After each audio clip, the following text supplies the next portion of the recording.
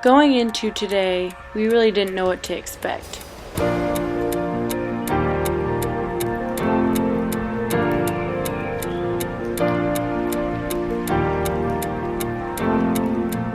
Looking over the valley, you could see the people in the village live differently than those in the cities or developed countries.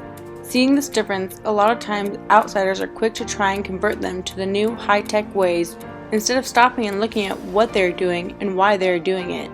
Instead of trying to change these people, we need to learn from them.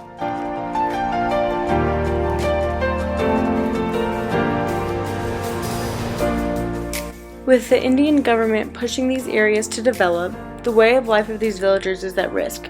Unsustainable ways are being introduced and sometimes even forced onto these people.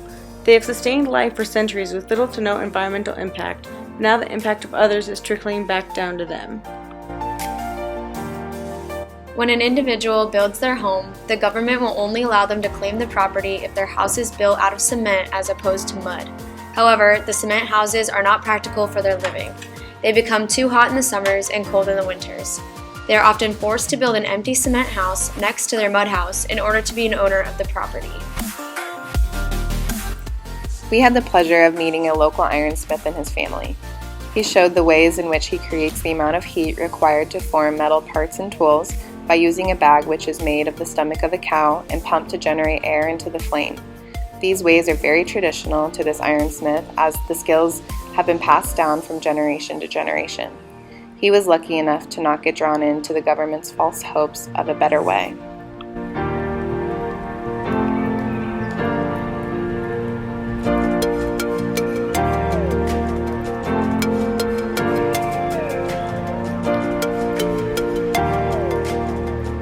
We also met a farmer and his family. This man was not as lucky as the ironsmith in regards to keeping their traditional ways, because one day a corporate company got a hold of this man and persuaded him to buy a backhoe, a piece of excavating equipment which was guaranteed to make this man's life much easier and help to make him and his family very wealthy. Though seeing this piece of equipment in areas of high development is not rare, the areas in which this man was trying to operate the equipment did not make sense and began to be a huge financial burden on the man and his family. The issue here is that this man did not know that this piece of equipment could ruin his life, as he took the word of someone who promised to help him. In India, many ways of injustice are seen by corporate companies scheming people's traditional ways of life.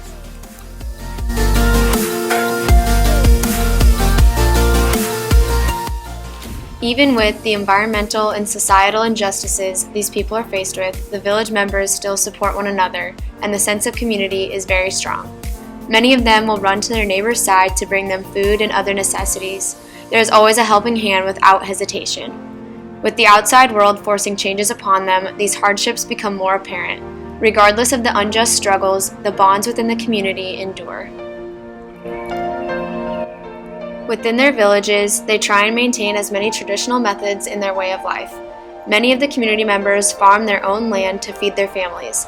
Their food is made in a manner that is referred to as farm to fork, meaning what they harvest is brought to the home from its direct source, is prepared and eaten. They live in a way that is sustainable and environmentally friendly.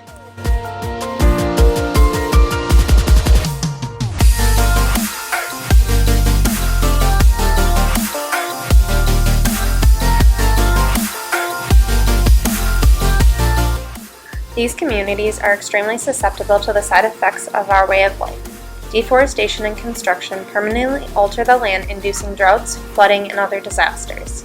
Polluted streams and rivers traveling through these small villages leave people unknowingly exposed to toxins and chemicals. Polluted air from big cities impacts small villages they expand into, further exposing villagers.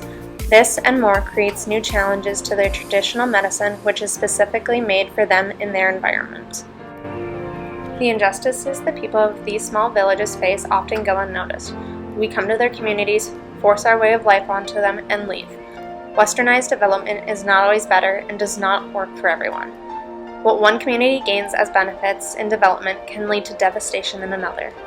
Instead of trying to change others to be like us, we should learn from them and address the causes of injustice they face from our way of living.